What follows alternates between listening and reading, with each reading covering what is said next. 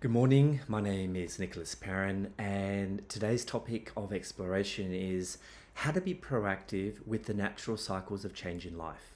So, we all go through different cycles. There are times of creating where we feel enabled, we feel enamored, we feel vitalized and excited and inspired. Then there are times of gestation and nourishment where things crystallize, assimilate, and integrate. And then there's times of death, letting go, endings, completions, things that melt away, whether both positive and negative. And this really connects into the universal law that everything is always changing. So, how can we be proactive with change? If change is an inevitable force in our lives, then how can we ride the wave with a bit more grace and ease rather than feeling tumbled or succumbed or disadvantaged by change itself and being thrown onto the beaches of life, confused, dazed, dazzled, and bewildered? So, the first point that I want to share, one really key insight that I've been exploring and deepening in my own self-realization and exploration in this topic, is that when you're operating more from your human ego nature, there is a tendency to want to control the outside world. And there's an inherent lack of trust in life, inherent lack of trust in yourself, others, and ultimately also the universe, the divine, the cosmic intelligence of all. And so right there is an opportunity. There is an opportunity to explore a different way. Because when you identify more with yourself as a soul spirit, eternal, made in the image of the one infinite creator, an essential fabric of divinity itself that has always existed and existed beyond the creation of this universe, what does or doesn't happen, then it becomes more of an imperative to connect to the evolutionary impulse or to divinity itself, to be receptive to what actually is wanting to move through you. And from that place, it is 100% possible to trust in yourself, trust in life, trust in the divine. This is, though, an enormous schism for many people. And this is really the theme of faith. This is where faith and the building of faith is essential, because the mind isn't able to conceive of many of these things in a tangible, real way. And we can only position the mind to be able to conceive of divinity itself, yourself as soul spirit, and then through very specific inner practices, you can then perceive. But that gap between conceiving and perceiving is what we call the leap of faith. And it's not about blind faith or being ignorant in what it is that you're attuning yourself to. It is being scientific in the very experience of you observing, relating, contemplating, and reflecting to see, well, what it actually truly is happening for me. Is this real or not real? So there is a feedback loop that is essential to be able to know what's true, what's not true, what is in service to my growth and evolution, that is soul spirit aligned, or that which is deceiving, that which is negative in nature, that is actually what is taking me off track, off the right path for me.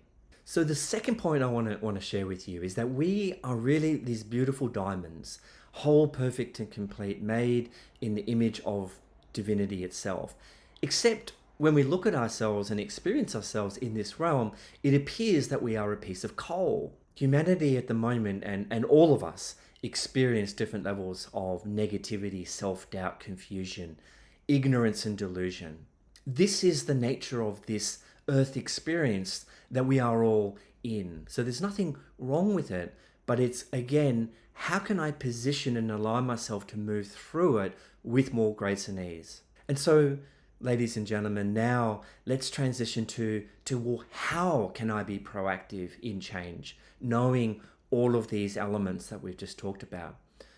So we can be proactive in change, and the number one way that we can do that is, first of all, having the right attitude, the right mentality, not seeing change as a bad thing, not seeing that when things die or leave your life, that somehow you've lost something. See it as a natural process of life, that there is a recycling process happening as things leave your life. New things are going to come into your life. So welcome that. See that as a positive thing, not as a negative thing.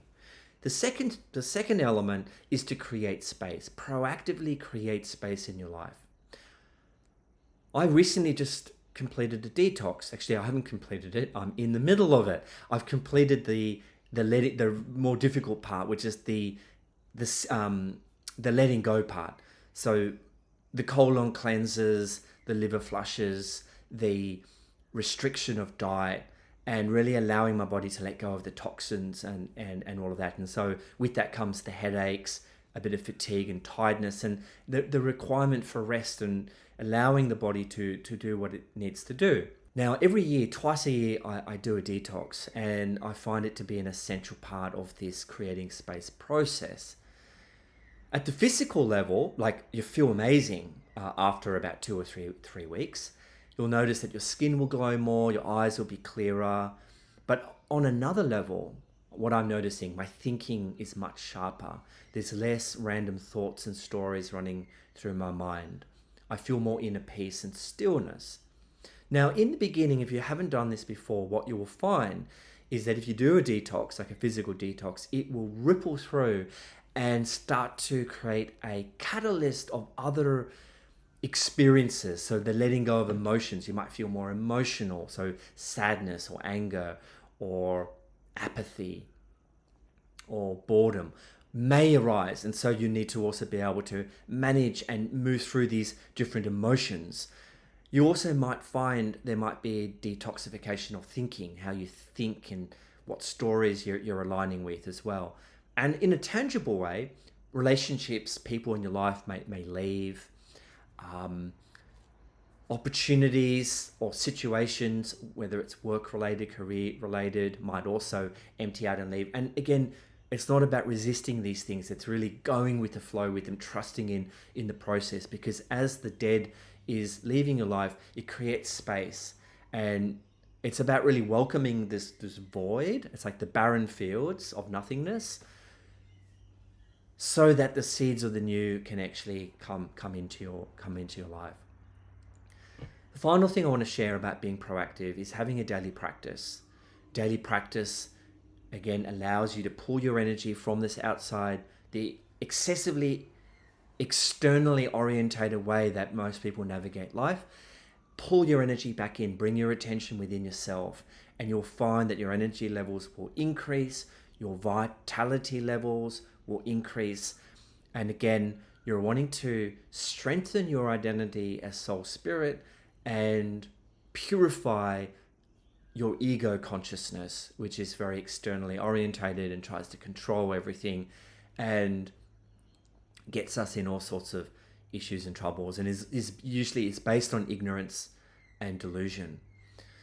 So encouraging you to be proactive with change, it just requires a decision to be willing to change, and then the change can naturally happen. And if you're willing, often the change can be more gentle. It doesn't have to be so hard. It's hard and brutal, and it feels like suffering if you're holding on, clinging on to dear life.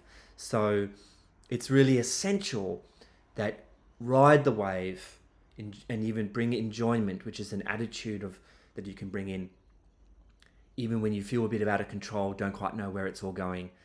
And I really wish you all the best in 2025, being proactive in the change in your life.